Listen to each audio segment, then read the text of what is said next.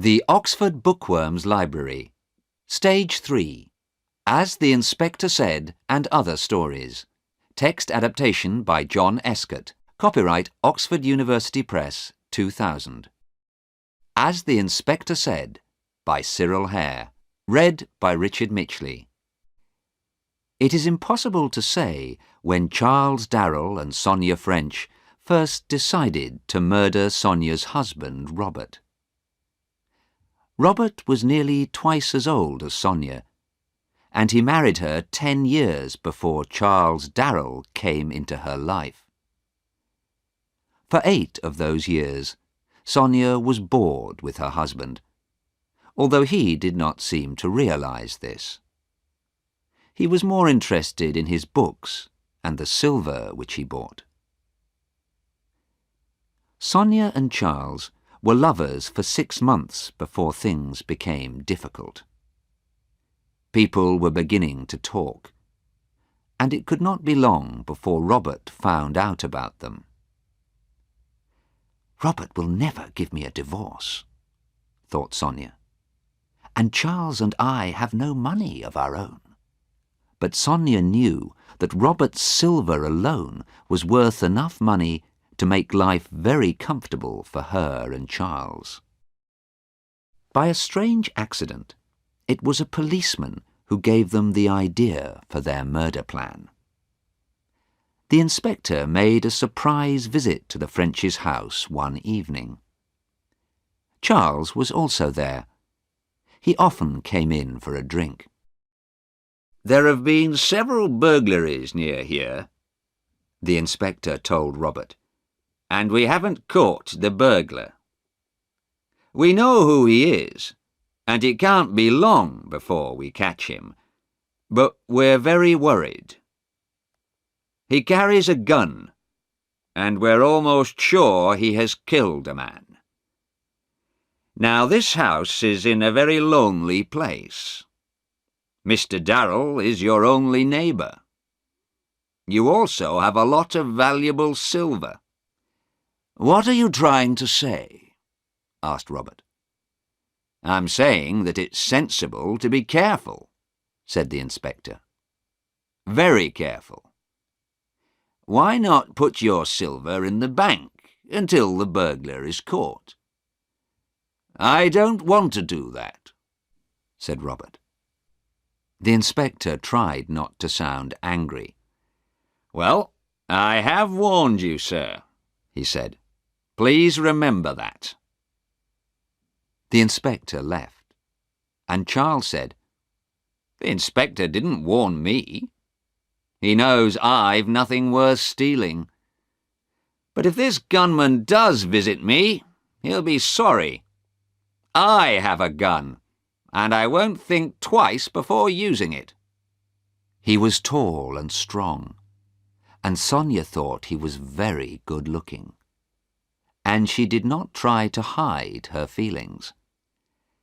"I feel sorry for the burglar who tries to frighten you, Charles," she said. 3 nights later, Sonia was lying awake in her bed. Robert was asleep. It was 10 minutes to 2. Sonia was excited. 10 minutes before Charles enters the house, she thought. It was 10 long minutes. And then she heard a noise. Glass breaking, followed by the sound of a window as it was pushed up. Robert did not wake up. Sonia waited until she heard the sound of Charles climbing through the open window. Then she reached across to Robert's bed. "Robert!" She was shaking him. "Wake up! There's somebody downstairs!" Robert woke slowly. "What? Someone downstairs? No, I'm sure you're—" He sat up in bed, awake now. "There is someone. I'll have to go down, I suppose." He put on his old grey dressing gown and went out of the room. Sonia waited in the dark. It seemed a very long wait, but it was less than half a minute. Then a thin line of light appeared under the bedroom door. Sonia heard her husband give a sudden cry. Then she heard a gun explode. Something or someone heavy fell to the floor. Then a door was banged open, and there was the sound of running feet outside the house. Sonia waited. "Charles must have time to escape before I call the police," she thought. She put on her bedside light and got out of bed. Now it was all over, she felt strangely calm. She knew what she was going to say to the police. How soon could she marry Charles? 6 months from now? They could go to Venice for a holiday after they were married. She had always wanted to see Venice. Then the door opened, and Robert walked in. For a long moment, Sonia could only look at him, her stomach sick with fear. He looked back at her, silent, white-faced and untidy, but alive. What happened?" she said. "He got away," said Robert. "I'm afraid he's taken some of my best silver with him. I wish now I had listened to the inspector and sent it to the bank." "But I heard a gun," said Sonia. "I thought You're not hurt, Robert?" "No, Sonia, I'm not hurt," said Robert. "But I have some bad news. It's Charles. I think the dear, brave man was watching the house and followed the burglar in to try and help us. He's at the bottom of the stairs. I'm afraid there is nothing that we can do for him." Sonia fell forwards, her eyes closing, and Robert caught her. He carried her to the bed, then went downstairs. When he reached the bottom, he had to step over the body. He did this calmly, stepping around the blood on the carpet. But when he walked into the room where he kept his silver, he wanted to cry. All of the best pieces were gone. He closed the door and went into his study. But before he telephoned the police, he was careful to clean the small gun that was in his dressing-gown pocket. Then he locked it inside his desk. He had taken care of the one problem in his usually very tidy life, and he wanted to make sure he would have no more trouble. As the inspector said, it was sensible to be careful. The Man Who Cut Off My Hair by Richard Marsh. Read by Jenny Funnell. My name is Judith Lee, and I am a teacher. I teach people who are deaf and dumb, and I teach them by lip reading. When people say a word, they all move their lips the same way, so if you watch them carefully, you know what they are saying. My father was one of the first people to teach lip reading. My mother was deaf, but she could lip read, so lip reading has always been part of my life. And because I have always been able to do it, I was able to play a part in the adventure I am going to tell you about. I was 13 years old when it happened. My mother and father were visiting another country, and I was staying in a small village, in a cottage which we owned. Mrs. Dixon, our servant, was staying there with me. I was returning home by train one day after a visit to some friends. There were 2 people sitting opposite me, a man and a woman. The woman got out at a station not far from my home. Then a man got in and sat beside the one who was already there. They seemed to know each other. They talked quietly for some minutes, and it was impossible to hear what they said. But I only had to look at their faces. I was reading a magazine and looked up to see the first man say something which surprised me. Myrtle Cottage. It's got a large myrtle tree in the front garden. The other man said something in a low voice, but his face was turned away from me. The first man replied, and I read his lips again. His name is Colgate, and he uses it as a summer cottage. He's got some of the best old silver in England. The other man shook his head and turned so I could see his face. I saw him say, "Old silver is no better than new. You can only melt it." The first man's face became red. "Only melt it? Don't be stupid. I can sell old silver at good prices. And that silver in Myrtle Cottage must be worth more than £1,000. There's a silver salt cellar worth at least 100. The other man looked at me while I was watching his friend speak. He had fair hair and blue eyes. "That child is watching us," he whispered. "Be careful." The look in those blue eyes began to frighten me. The first man said, "Let her watch. She can't hear us."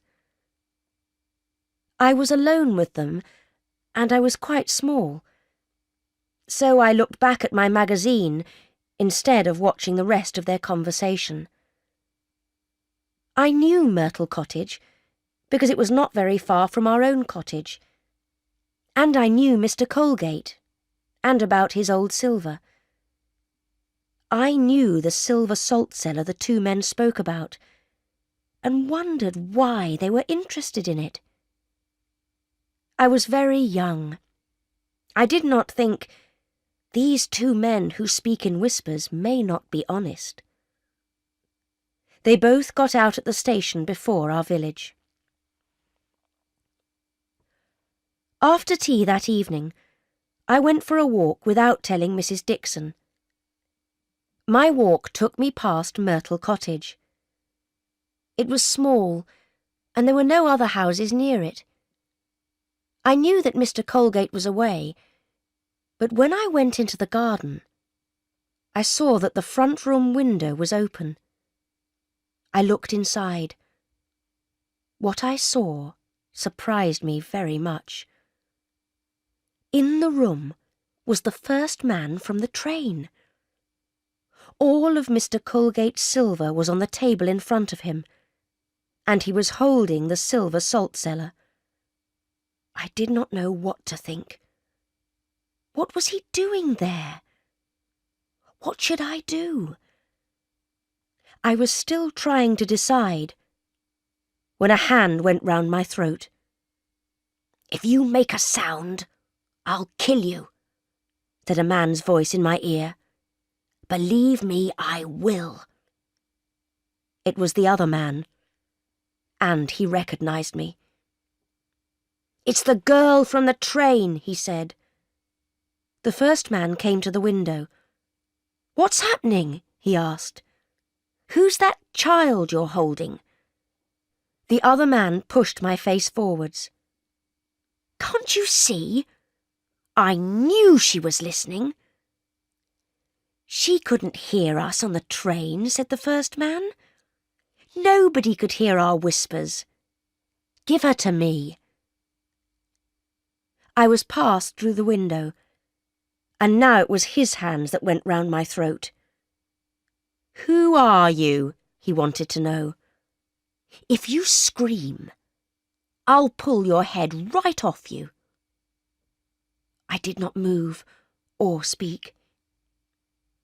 "Cut her throat," said the other man, and took a long, terrible-looking knife with a silver handle from the table. "Wait," said his friend. He took a piece of rope from his bag. Then he pushed me into a chair and tied the rope around my arms and legs. They also tied something across my mouth to stop me speaking. The man with the blue eyes moved towards me with the knife. I was sure he was going to cut my throat. But he took my long hair in one hand, and with that terrible knife, he cut all of it from my head. I was more angry than I thought possible. I wanted to take that knife and push it into him. My long hair was more valuable to me than almost anything. Not because of my own love of it, but because my mother loved it. It pleased her so much, and she often told me how beautiful it was. And now this man had robbed me of it in the most terrible way. At that moment, I wanted to kill him. He hit me across the face with my own hair. "It didn't take me long to cut it off," he said, "but I'll cut your throat quicker if you try to move." The first man said, "Leave her alone. She can't move, and she can't make a sound. Come over here and help me." The man with blue eyes let my hair fall all over me. Then the two of them began to put Mr. Colgate's silver into 2 large bags. That was when I realized they were stealing it, and there was nothing I could do. The man with blue eyes moved towards the window, carrying one of the bags. The first man put a hand on his arm, and I watched him whisper, "Do you remember the plan?" The man with blue eyes put his mouth close to the other man's ear. I watched his lips as he said, "Cotterill, Cloakroom, Victoria Station, Brighton Railway." I knew the words were important and promised myself that I would not forget them. He got out of the window and his bag was passed to him. He turned towards me and said, "Sorry I can't take a piece of your hair. Perhaps I'll come back for some later." Then he went, and anger burned inside me. His friend did not look at me. He took his bag and went out through the door. I don't know what happened to him afterwards. I was left alone all through that night. I was not afraid, but the rope hurt my arms and legs. I repeated the words. Cotterill, Cloakroom, Victoria Station, Brighton Railway. I was sure they were important. I did not sleep that night. Day came, and I wondered what Mrs. Dixon was doing. Was she looking for me? I had some friends who lived 3 or 4 miles away. Sometimes I stayed the night with them, without telling anyone at home. Did Mrs. Dixon think I was with them? I do not know what time it was when I heard the sound of feet outside. The day seemed almost over. I watched the open window, and suddenly a face appeared. It was Mr. Colgate. "Judith," he said. "Judith Lee." He was not a young man, but he climbed in through that window as quickly as a boy. He took a knife from his pocket and cut the rope around my arms and legs.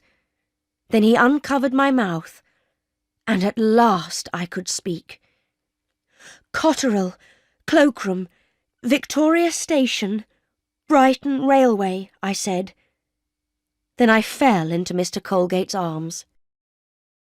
I knew no more until I woke up in bed, with Mrs. Dixon standing beside me. With her were Dr. Scott, Mr. Colgate, Pierce, the village policeman, and another man. I discovered later that he was a detective. I saw that I was in a room in Myrtle Cottage, and sat up in bed, and remembered everything. "He cut off my hair with the long knife," I said. My head felt strange. I asked for a mirror, then became angry again when I saw the blue-eyed man's work.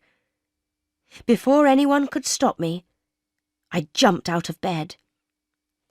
"Cotterill, Cloakroom, Victoria Station, Brighton Railway," I said. "Where are my clothes?" At first they thought I was crazy, but then I told them my story. "Cotterill, Cloakroom, Victoria Station, Brighton Railway," I said again. "That's where I'm going to catch the man who cut off my hair. And if we don't go quickly, we may be too late." Mr. Colgate agreed. He wanted to get his silver back as much as I wanted to find the man who cut my hair.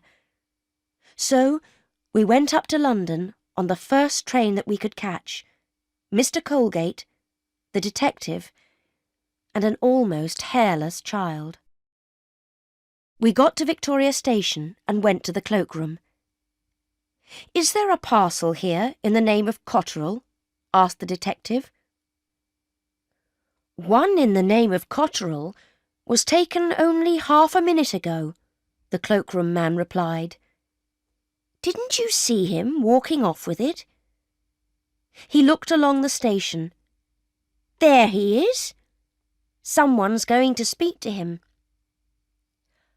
I saw a man carrying a parcel, and I saw the man who was going to speak to him. "It's the man who cut my hair!" I shouted, and ran towards him as fast as I could go. He looked round and saw me, and quickly realised who I was. He whispered to the man with the parcel before running away. I saw clearly what he said. "Bantock, 13 Harwood Street, near Oxford Street." Those were the words. And then he turned and ran away. Mr. Colgate and the detective were close behind me. The man with the parcel saw us, and at once he dropped the parcel and ran off. We did not catch him, or the man who cut my hair. The station was full of people coming off a train, which made it easy for both men to escape. But we got the parcel. It was not big enough to contain Mr. Colgate's silver, we realised that. But it did contain a much bigger surprise. Jewels. A London detective was sent for. He looked at the jewels and said, "These are the Duchess of Datchet's jewels. The police all over Europe are looking for them." The man from the cloakroom was with us. "That parcel has been with us for nearly a month," he said. "The person who took it out paid for 27 days.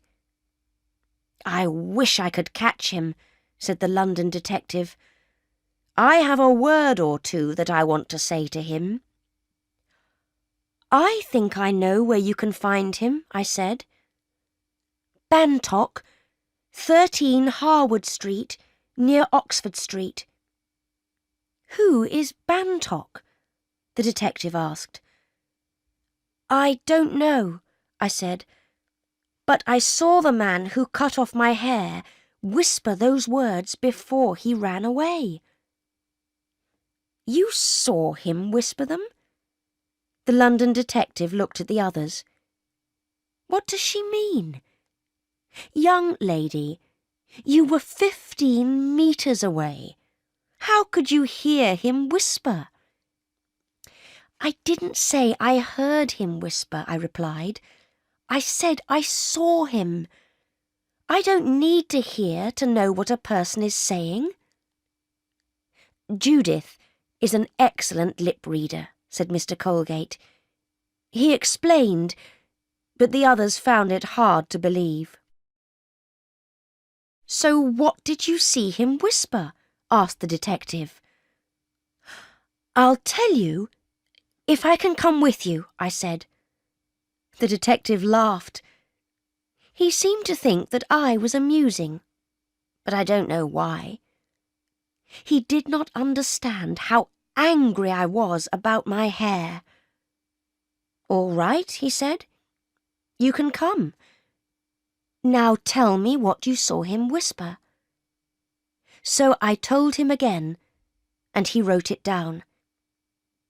"I know Harwood Street, but I don't know Mr. Bantock," he said. "First, I'll send a message for some help. Then we'll go and visit Mr. Bantock, if there is a Mr. Bantock." The four of us went in a taxi, the two detectives, Mr. Colgate and I. After a while, the taxi stopped on the corner of a street. "This is Harwood Street," said the London detective. "We can walk the rest of the way. We don't want a taxi to stop outside the door. They may guess who we are." It was a street full of shops. The shop at number 13 sold jewels and other less valuable things. The name Bantock was over the top of the window. As we reached the shop, a taxi stopped outside it, and 5 men got out. The London detective recognised them and did not look pleased. "Now our visit won't be a surprise," he said. "Come on, let's go in quickly." And we went in, the detective first and me behind him. There were 2 young men standing close together at the other side of the shop. When they saw us, I saw one whisper, "They're detectives! Ring the alarm bell!" "He's going to ring the alarm bell!" I shouted. The men from the other taxi were also detectives. They came in quickly and held each of the 2 young men. There was a door at the end of the shop which the London detective opened. "Stairs," he said. "We'll go up. You men wait here until you're wanted." I followed him up the stairs. At the top were 2 more doors. I could hear voices coming from behind one of them. The London detective went towards it. He opened the door and went in, and I was close behind him. There were several men in there, but I was only interested in one. He was standing the other side of a table. "That's the man who cut off my hair!" I cried. He seemed at first like a man who had seen a ghost, but then he said, "I wish I had cut your throat." The police caught all the thieves. They were wanted all over the world for other robberies. Mr. Colgate got his silver back. Mr. Bantock, who owned the shop, was someone who bought and sold stolen jewels. He and all the other men in that room were sent to prison. It took many years for my hair to grow long again, and it never grew as long as before. Each time I looked into a mirror, some of my anger returned. But the man who cut my hair was stupid. Before he cut it, the rope hurt me badly, and I wasn't interested in what he and his friend were doing or saying. But after he cut it, I was very angry indeed, and so I watched every move which they and their lips made. The Railway Crossing by Freeman Wills Crofts. Read by Paul Panting. Dunstan Thwaite looked at the railway crossing and decided that it was time for John Donne to die. It was a very suitable place for a murder. There were trees all around, and they hid the trains which came so fast along the railway line. The nearest house was Thwaite's own, and this was also hidden by the trees. People and traffic did not use the crossing very often, and the big gates were kept locked. There was a small gate used by passengers going to the station, but at night it was always quiet. Thwaite was a worried man. He had to use sleeping powders to help him sleep. But after tonight, things were going to be different. The time had come to stop the blackmail. The time had come for John Donne to die. It all began 5 years earlier. Thwaite worked in the offices of a large company, and his only money was the money that the company paid him. It was not much, but it was enough. Then he met the beautiful Miss Hilda Lorraine and asked her to marry him. She came from an important family who was supposed to be very rich, but in fact, they had less money than Thwaite had thought. He learned that he would have to pay for the wedding himself, and he did not have enough money for the expensive kind of wedding that Miss Lorraine wanted. So Thwaite stole £1,000 by changing the figures in the company's books. He planned to put the money back after he was married, but someone discovered that it was missing. Thwaite kept quiet. Another man was thought to be the thief, and he lost his job. Thwaite still said nothing. But John Donne worked in the same office. He worked closely with Thwaite and guessed Thwaite's crime. He searched through the company's books until he found what he was looking for. Then he went to Thwaite. "Sorry to have to ask you, Mr. Thwaite," he said. "I need £100 for my son. He's in a bit of trouble, you see." "But you don't have a son," said Thwaite.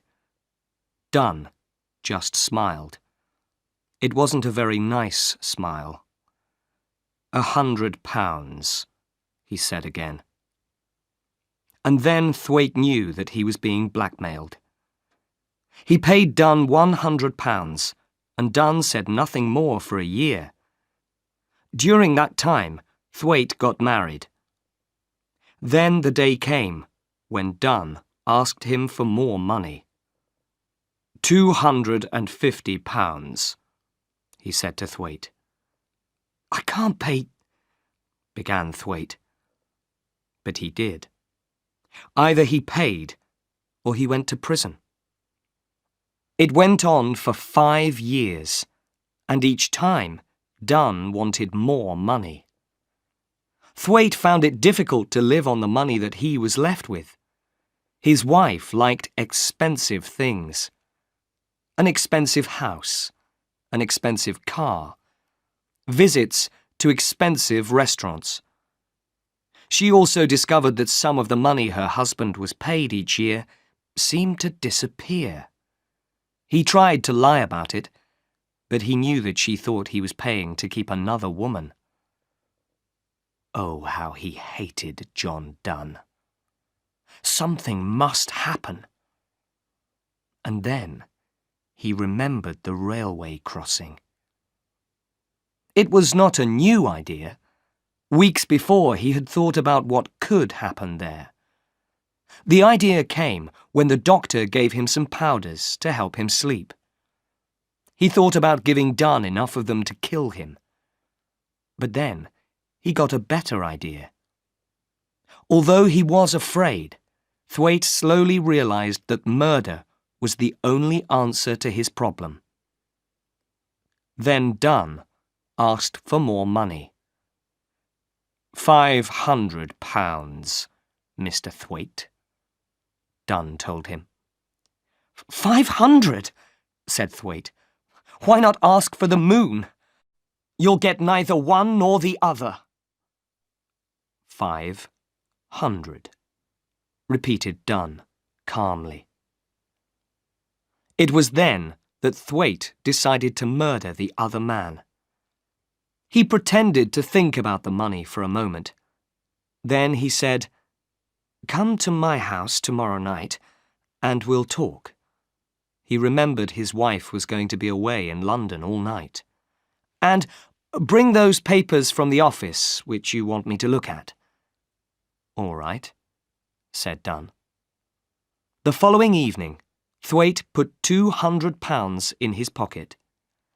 Then he put 1/2 of his sleeping powders into a whiskey bottle.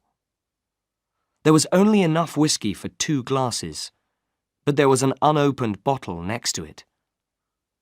Next, he put a hammer into one pocket of his overcoat and a torch into the other pocket. The coat was outside the door of his study. Lastly, he moved the hands on his watch and on the study clock forward by 10 minutes. Those extra 10 minutes would give him his alibi.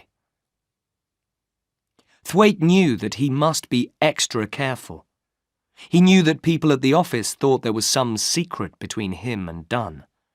A secret that Thwaite didn't want anyone to know. If Dunn is killed, he thought, they'll wonder if it was really an accident, or if I murdered him. But if his plan went well, the police would believe that he hadn't left the house. Thwaite sat down to wait for John Dunn. He thought about what he was going to do. Murder. He could almost see his hand holding the hammer above Dunn, could hear the awful sound of it crashing down onto the man's head. He could see Dunn's dead body. Dead, all except the eyes, which looked at Thwaite, followed him everywhere he went. He tried to calm himself. He remembered why he was doing this. When Dunn was dead, his problems were over. Half an hour later, Dunn arrived. Jane opened the door. Jane was the servant who lived in the house with Thwaite and his wife. She brought Dunn into the study. Thwaite smiled in a friendly way. "Oh, good. You've brought those papers for me to see, Dunn. Thank you." After Jane left, the two men looked at each other. "Give me the papers," Thwaite said. "I'll look at them now that you've brought them." 15 minutes later, he gave the papers back to Dunn and sat back in his chair. "Now, about that other matter." He got up. "But why not have a drink first?" "No, thank you," said Dunn. He looked afraid. "What are you afraid of?" said Thwaite. He gave Dunn the opened whiskey bottle and 2 glasses. "We can both drink the same whiskey, if you like. Here, you do it." After a moment, Dunn put whiskey into each glass. Then he waited until Thwaite drank, before he drank his own. Thwaite watched him. How long before the other man began to feel sleepy? Thwaite needed all of one sleeping powder to make him sleep, but Dunn did not usually take them. "Listen, Dunn," said Thwaite. "I haven't got £500, but I can give you this." He took the money from his pocket and put it on the table. Dunn counted it. 200, he said with a laugh. "Are you trying to be funny?" "I'm not saying it will be the last," said Thwaite. "Take it now and be pleased that you've got it." Dunn shook his head. 500, Mr. Thwaite. "I've told you, I can't do it," said Thwaite. "And I won't do it. You can tell everyone what I did. I don't care anymore. It's been 5 years, and I've done a lot of good work for the company during that time. I saved them a lot more than £1,000. I'll sell this house and pay them back. I'll take my punishment. Then I'll go and live in another country and give myself a new name." "And your wife?" said Dunn. "My wife will leave the country first," Thwaite told him. "She'll wait for me to come out of prison. It won't be more than 2 or 3 years. So, you can take the £200, or you can do your worst." The powder in the whiskey was beginning to make Dunn sleepy. He looked stupidly at Thwaite, and Thwaite began to worry. Had he given the other man too much? He looked at the clock. There was not much time left. "Will you take it or leave it?" asked Thwaite. 500, said Dunn in a heavy voice. "I want 500. "You can go and do your worst," said Thwaite. Dunn held out a shaking hand. "Come on, pay me." Thwaite began to worry again. "Are you feeling all right, Dunn? Have some more whiskey." He opened the other bottle and put some whiskey in Dunn's glass. Dunn drank it, and it seemed to make him feel better. "That was strange," he said. "I didn't feel very well, but I feel a little better now." "If you're going to catch your train, you must go," said Thwaite. "Tell me tomorrow what you finally decide to do.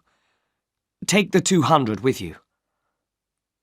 Dunn thought for a moment, then picked up the money. He looked at his watch, then looked at the study clock. "Your clock is wrong," he said. "I have 10 more minutes." "Wrong?" said Thwaite. He looked at his own watch. "It's your watch that's wrong. Look at mine." Dunn looked and seemed unable to understand it. He stood up and almost fell back again. Thwaite hid a smile. This was how he wanted Dunn to be. "You're not feeling well," he said. "I'll take you to the station. Wait until I get my coat." Now that the time was here, Thwaite felt cool and calm. He put on his coat, feeling the hammer in the pocket, then went back into the study. "We'll go out this way," he said. There was a side door from the study into the garden. Thwaite closed it silently, and it locked automatically behind him. It was his plan to return that way, go in quietly again, and then to change the clock and his watch back to the right time. Then he would shout, "Good night," and close the front door very loudly, pretending that somebody had left just then. Next, he would call Jane and ask for some coffee, making sure that she saw the clock. Then, if the police asked her later, Jane could say that Thwaite did not leave the house and that Dunn went to catch his train at the right time. It was a dry night, but very dark. A train carrying freight went slowly by. Thwaite smiled to himself. There were plenty of freight trains at that time of the night. He needed one of them to hide his crime for him.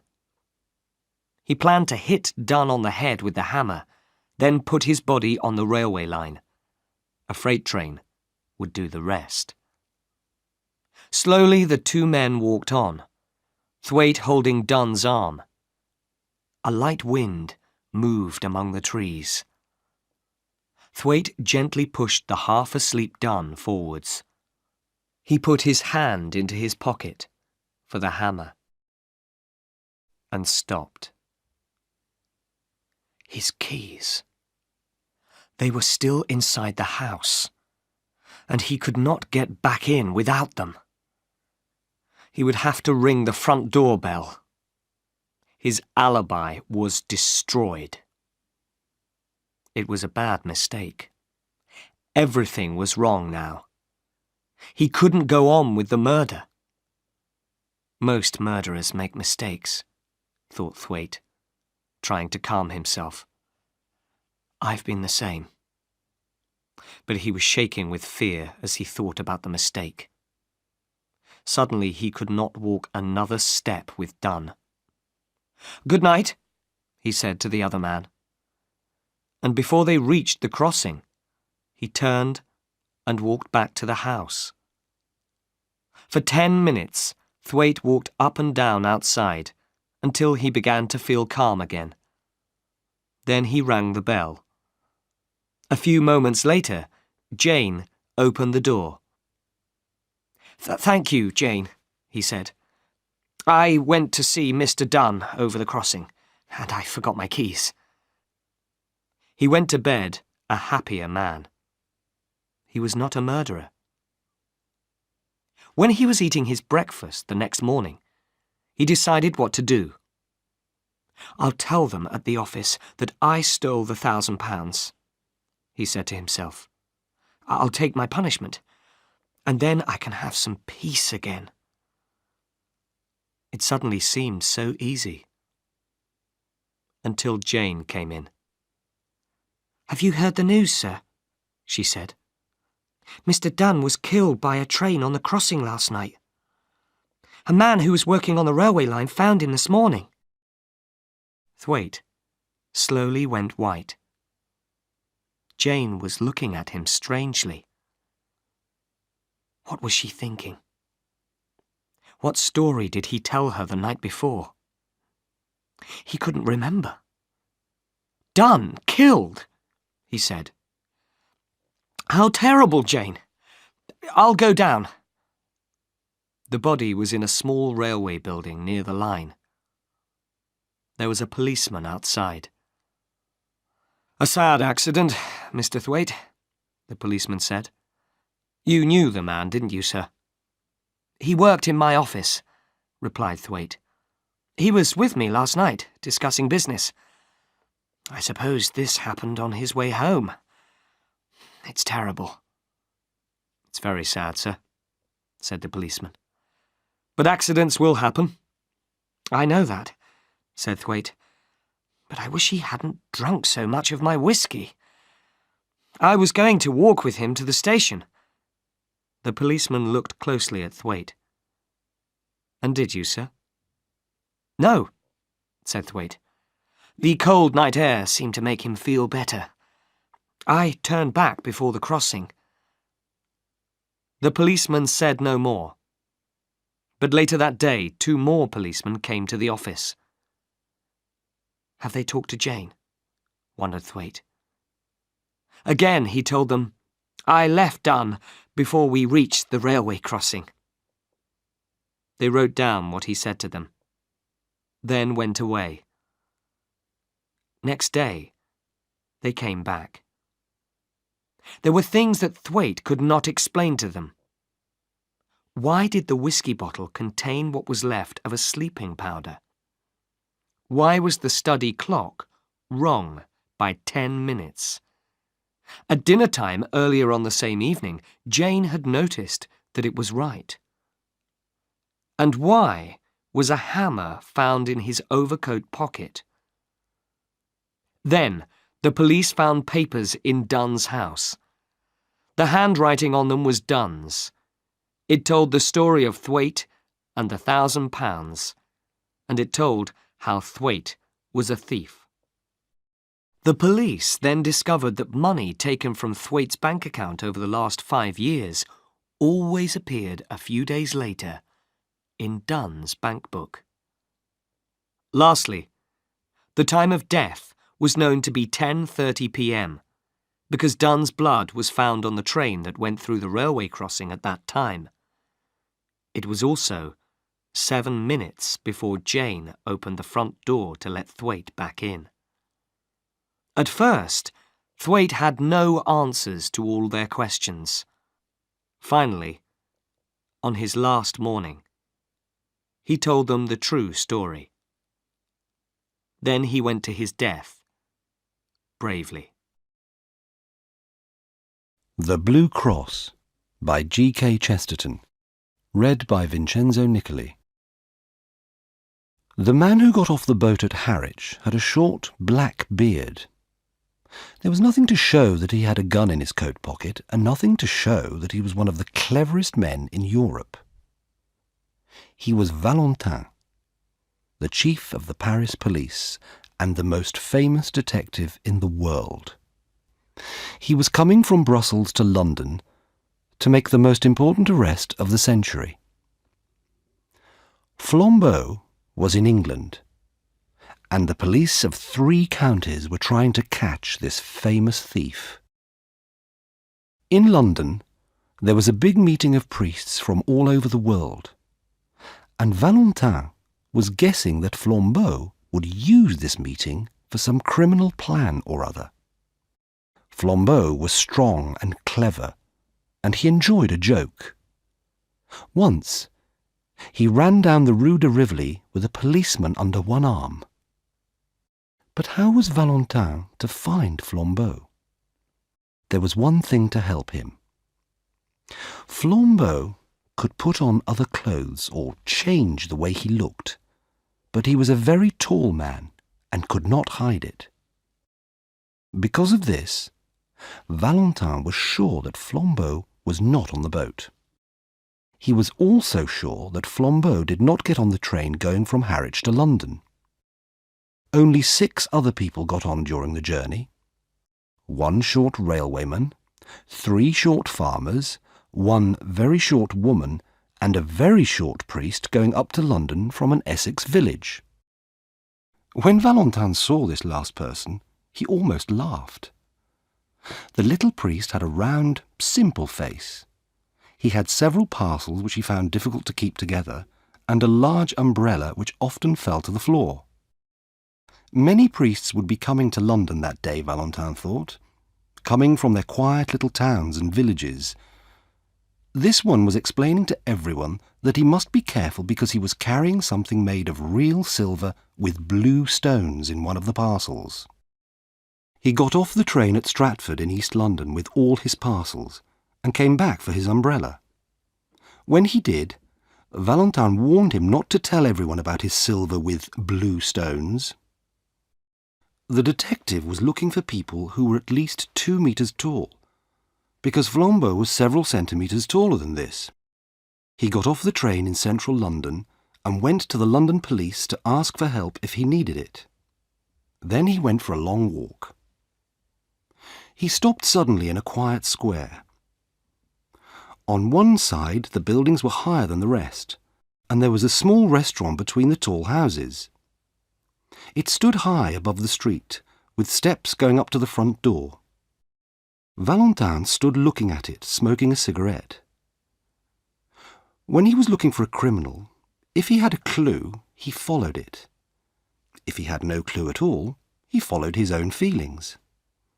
A man must begin somewhere, and something about the quiet little restaurant made Valentin want to start there. He went up the steps, sat down by the window, and asked for a cup of coffee. A few minutes later, Valentin was lifting the cup to his lips, but he put it down quickly.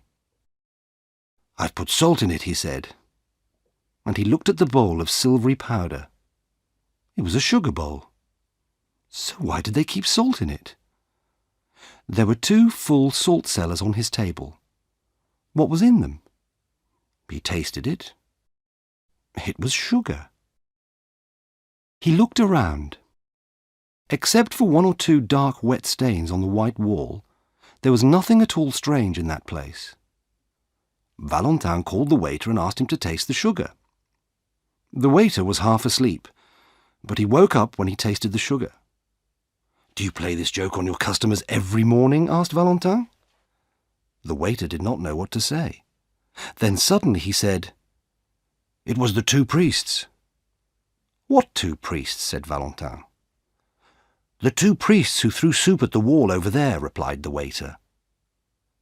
Valentin looked again at the dark, wet stains. "The two of them came in and drank soup here very early this morning," the waiter explained. "They were both very quiet. One of them paid the bill and went out. The other took several more minutes to get his things together. Then he picked up his cup, which was only half empty, and threw it at the wall. I was in the back room, but I ran out to find the restaurant empty. I tried to catch them in the street, but they were too far away. They went round the corner into Carstairs Street." The detective jumped to his feet, put on his hat, and paid his bill. A moment later, he was outside. He walked round into the next street. Although he was excited and in a hurry, Valentin saw something in the front of a shop that made him stop. The shop sold fruit, and there were some oranges and some nuts at the front. They each had cards with writing on them. The card on the nuts said, "Best oranges, 2 for a penny." The card on the oranges said, "Best nuts, 4 pence for a bag." Valentin looked at the two cards. "I've seen this kind of joke before," he thought. He told the man in the shop about the cards. The man said nothing, but he put the cards in the right places. "Can I ask you a question?" said Valentin. "If two cards in a shop are in the wrong places, how are they like a priest's hat that has come to London for a holiday? Or, why do nuts that are said to be oranges make me think of two priests, one tall and the other short?" The man in the shop looked angry. "Are you a friend of theirs?" he said. "If you are, you can tell them that I'll bang their stupid heads together if they knock over my apples again."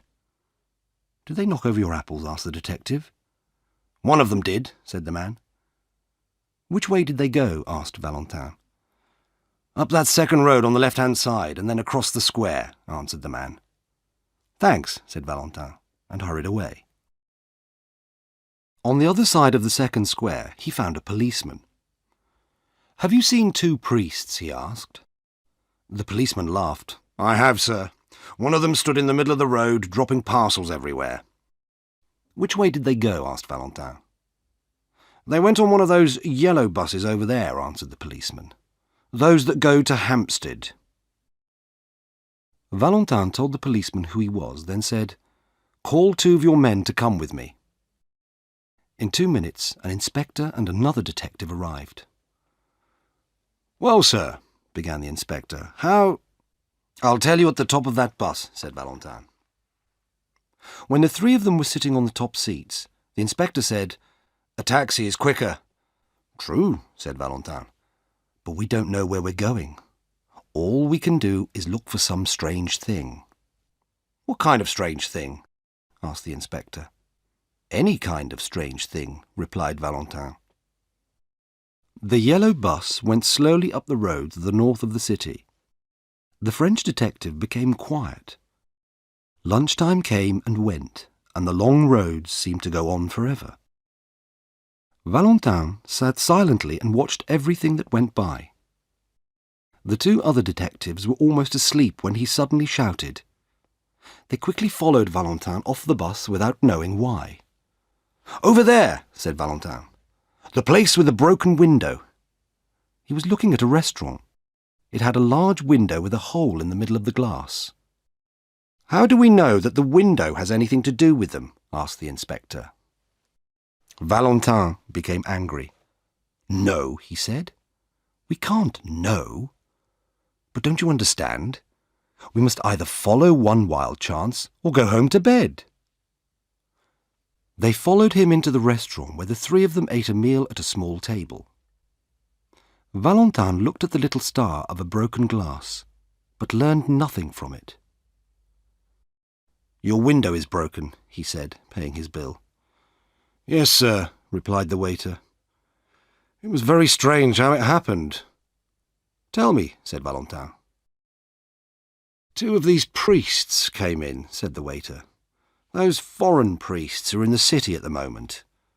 They had a cheap and quiet little lunch, and one of them paid for it and went out. The other was just going to follow him when I realised something.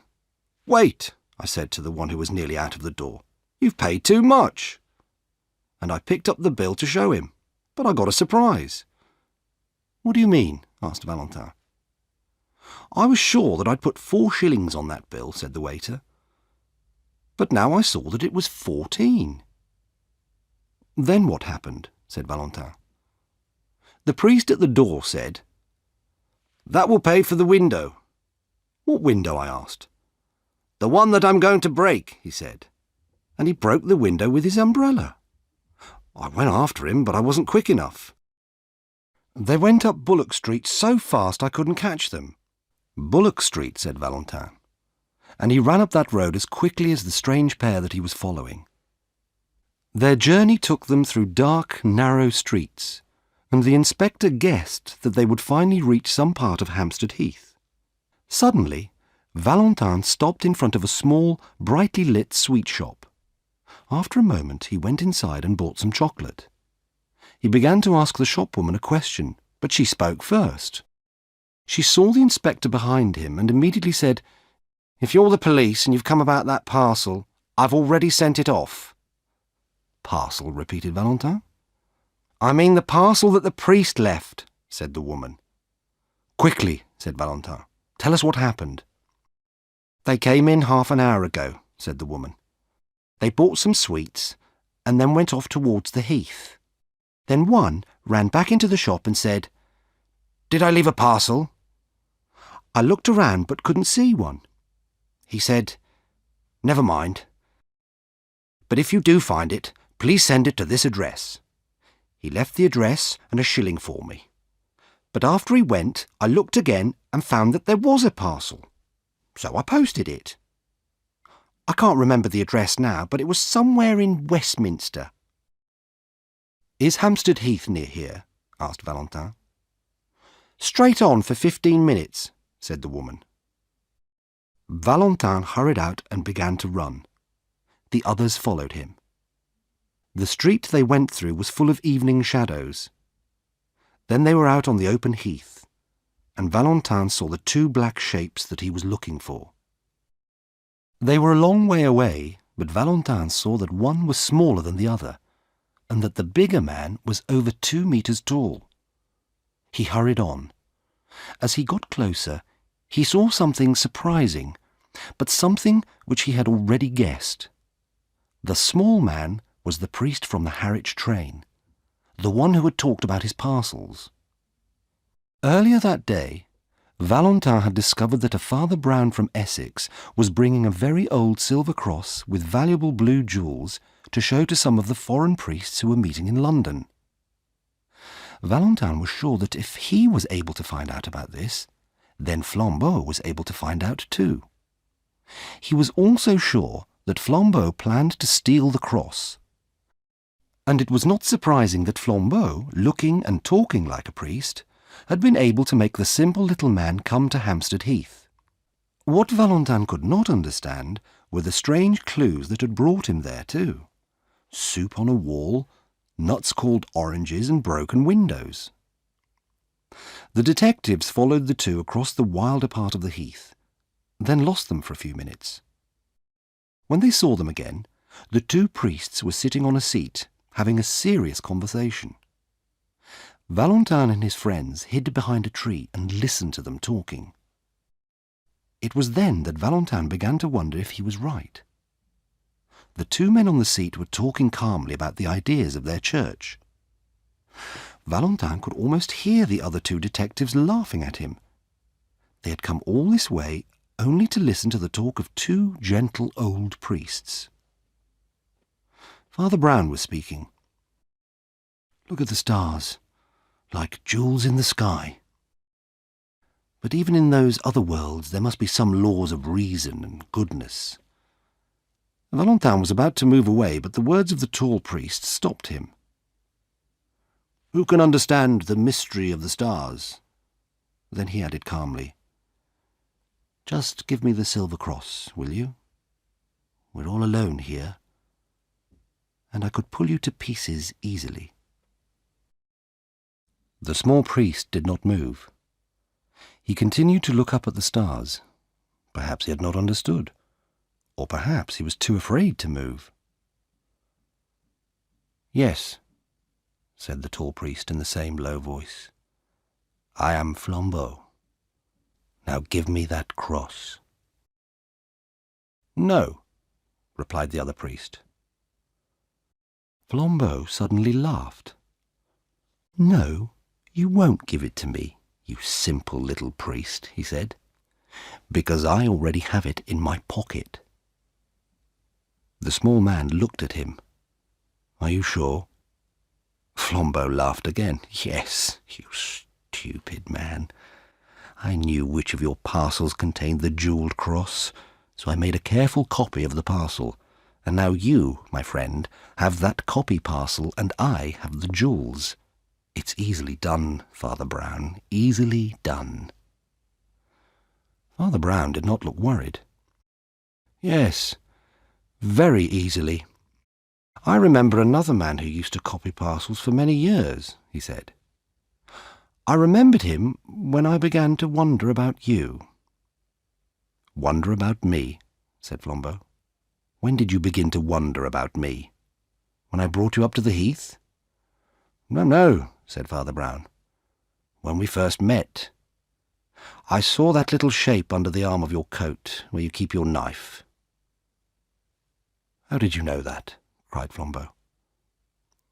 "When I was a priest in Hartlepool," said Father Brown, "there were 3 men who hid their knives in the same way. So I watched you. I saw you change the parcels, and I changed them back. Then I left the right one behind." "Left it behind," repeated Flambeau. "I went back to the sweet shop," explained Father Brown, "and asked the woman if she saw me leave a parcel. Then I gave her an address if it was found. I knew I hadn't left a parcel, but when I went away again, I did leave one. She has posted it to a friend of mine in Westminster," he went on sadly. "I learnt that from a man in Hartlepool too. He did it with handbags which he stole at railway stations. But he's a good man now. People tell priests things, you see." Flambeau pulled a parcel from his pocket and opened it. There was only paper and stones inside it. He jumped up angrily and shouted, "I don't believe you. You've got the silver cross on you, and I'm going to take it from you." "No," said Father Brown, and he stood up. "You won't take it from me. First, because I really haven't got it, and second, because we are not alone. Behind that tree are 2 strong policemen and the cleverest detective alive. How did they come here? I'll tell you. I wasn't sure if you were a thief, so I tried several things. A man usually says if he finds salt in his coffee. If he doesn't, he has a reason for keeping quiet. I changed the salt and sugar, and you kept quiet. A man usually says if his bill is too big. If he doesn't, he has a reason for saying nothing. I changed your bill, and you paid it." Flambeau did not seem to be able to move. "I wanted to be sure the police could follow us," Father Brown went on. "At every place we went to, I did something which people would talk about. Only little things. A soup stain on a wall, some apples that were knocked over, a broken window. But I saved the cross." "How do you know all these things?" cried Flambeau. The shadow of a smile went across the round face of Father Brown. "By being a simple little priest, I suppose," he said. "If you listen to enough men telling you about their crimes, you're sure to learn something." The 3 policemen moved out from behind the tree. Flambeau knew when he had lost a battle, and he was famous for his politeness. He took off his hat to Valentin and smiled. "Do not take your hat off to me, my friend," said Valentin. "Let us both take them off to Father Brown." And they both stood there with their hats off, while the little Essex priest looked around for his umbrella. Cash on Delivery by Edmund Crispin. Read by Chris Rowe. Max Linster went through the small side gate and saw the large house in front of him. Not far away, a church clock told him that it was 10 o'clock. He had half an hour to do the job.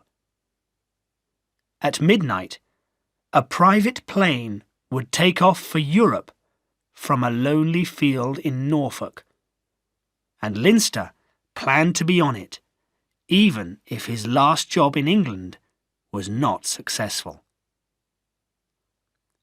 He walked towards the house and saw a room with a light on. He looked quickly through the window and saw that it was the servants' room. Then he moved round the building and climbed to the upstairs room that his orders had described. It was not difficult to reach, and the window was unlocked, as promised. He stepped inside and waited. After a moment, he heard someone coming and moved quickly and silently across to the door. He hid behind it. It opened slowly. Someone put on the light. The man who came in was about 35 years old. He had fair hair, and the right arm of his coat was empty. "Mr. Elliston," Linster said from behind him. Jacob Elliston turned quickly. He looked at Linster for a moment, then said, "So you're the person they sent." "I'm who they sent," agreed Linster. Elliston closed the door. "We have to be quick," he said. "You have guessed that this is my wife's bedroom. She's downstairs with her brother, but he'll leave to catch his train in a minute or two, and she'll come up to bed." Linster looked at his watch, but said nothing. "Please understand," Elliston went on, "that you will get no money if you don't succeed in killing the lady," Linster finished for him with a smile. "Yes, I understand, Mr. Elliston. It's cash on delivery." He stepped forward, carefully, because this was the first part of his plan. He was not like some other men he knew. He was not interested in murder if robbery could do the same job. "You have the cash ready, I hope?" Elliston took a gun from his pocket. "Don't try that," he said. "The money is safe in my bedroom. If you want it, you'll have to finish the job." "Of course," said Linster, smiling. "You must use both hands," said Elliston. Linster looked at the empty arm of the other man's coat. "Yes, that's sensible," he said. "They always look for clues like that." "And you must pretend there was a burglary," said Elliston. "Take that jewel box. There's nothing valuable in it, but you could not know that because it's locked." Still holding his gun, Elliston moved towards the door. "I'm going to my bedroom, where I shall turn my radio on loud." He opened the door a little. "That's my wife's brother leaving now. She's tired and will come up almost at once. I'll return with the money in 20 minutes. Elliston left, and soon the sound of music came from another room. Leinster looked around for a good place to hide, and saw a clothes cupboard. He would not be able to see anything from inside it, but he could still hear. He turned off the light and disappeared into the cupboard like a shadow. Josephine de Monsieur, the young and pretty French servant, came into the bedroom and closed the door. In a bored and careless way, she got the bed ready for Mrs. Elliston. There was plenty of time, because Mrs. Elliston was walking to the railway station with her brother. It was something which she had decided to do at the last moment.